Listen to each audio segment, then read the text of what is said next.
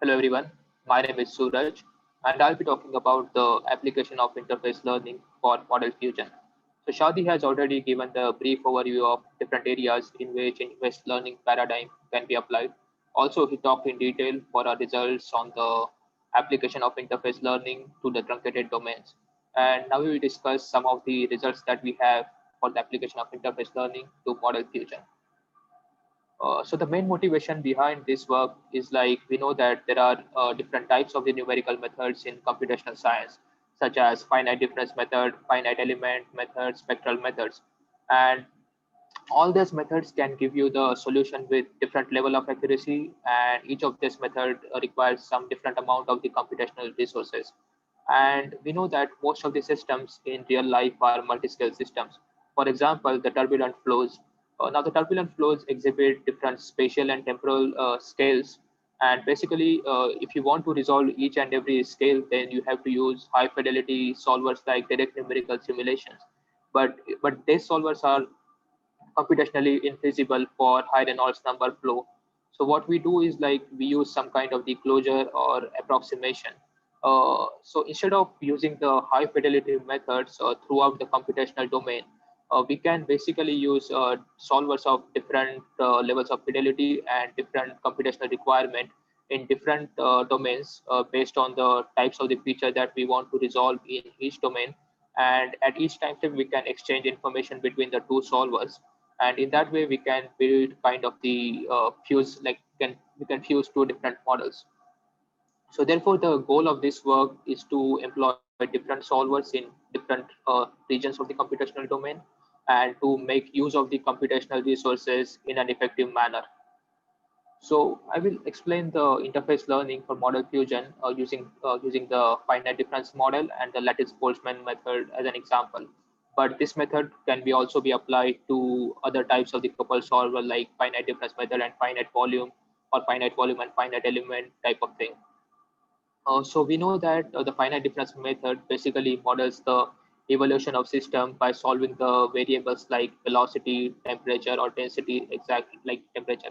However, the lattice Boltzmann method models evolution of system by solving for the particle distribution function, and each of the grid has like different velocity in the different direction. For example, if we are using the one-dimensional domain and we have the Q3 lattice, that is D1 Q3 model, then each of the particle has got velocity in the in minus one, zero, and in the one direction. So if you want to use the coupled solver, then at each time step, the information has to be exchanged. And if this information is not exchanged accurately, then the overall accuracy of the solution will get affected. Therefore, it is very important to make sure that the boundary condition at the interface is physically consistent and it is also accurate. Therefore, we are going to use machine learning to learn this interface closure, and we will be applying it to the Field-Soup Nagoma model, and we'll call it as FN. So this is basically the two equation reaction diffusion model, and the first term here basically is for the diffusive term, and the second term is the reaction term, and the value of the diffusion coefficients are given over here along with the value of the other coefficients. So for the finite difference method discretization, we'll be using forward in time and central spatial discretization. And for the lattice Boltzmann method, we'll be using D1Q3 model. So here are the results for the simplest approximation that one can use. For example, if you want to learn the close the system at the interface, then you need information about the particle distribution function at the XFDM location. That is the last grid point of the finite difference domain. And you can use the zeroth order approximation and use the Chapman and Skog expansion to compute the closure. And here are the results. And as you can see, we get good results up to certain time, but afterward it fails, and the error is very high after some time. Then we're trying to answer: can we use statistical tools like machine learning to learn the interface closure? And we are using the feed forward neural network for that, and it's a fairly simple architecture with like a single hidden layer and 8 neurons.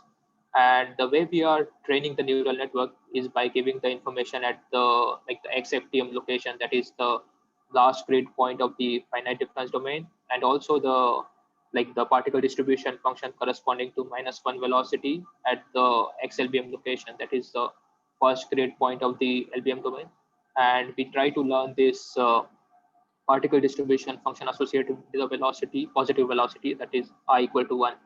And if you see the results, you can see that and there is a very good match with the true trajectory for the U and V both. And on the bottom on the bottom side, you can see that the difference is very small as compared to using the simple approximation like C0 boundary condition. So we would also like to say that in numerical methods, there are already higher order approximations such as C1, that is the Chapman-Enskog expansion with the first order approximation.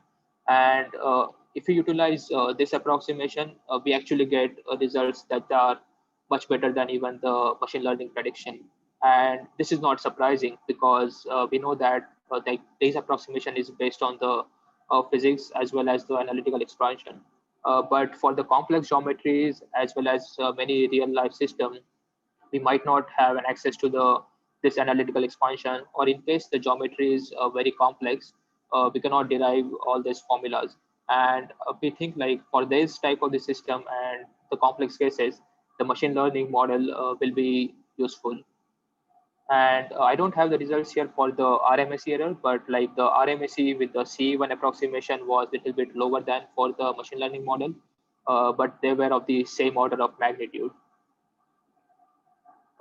With this, I would like to end my presentation. And for the more details on this work, you can refer to our articles. And I would like to thank you all for listening to this talk. And if there are any questions, I'll be happy to answer them. Thank you.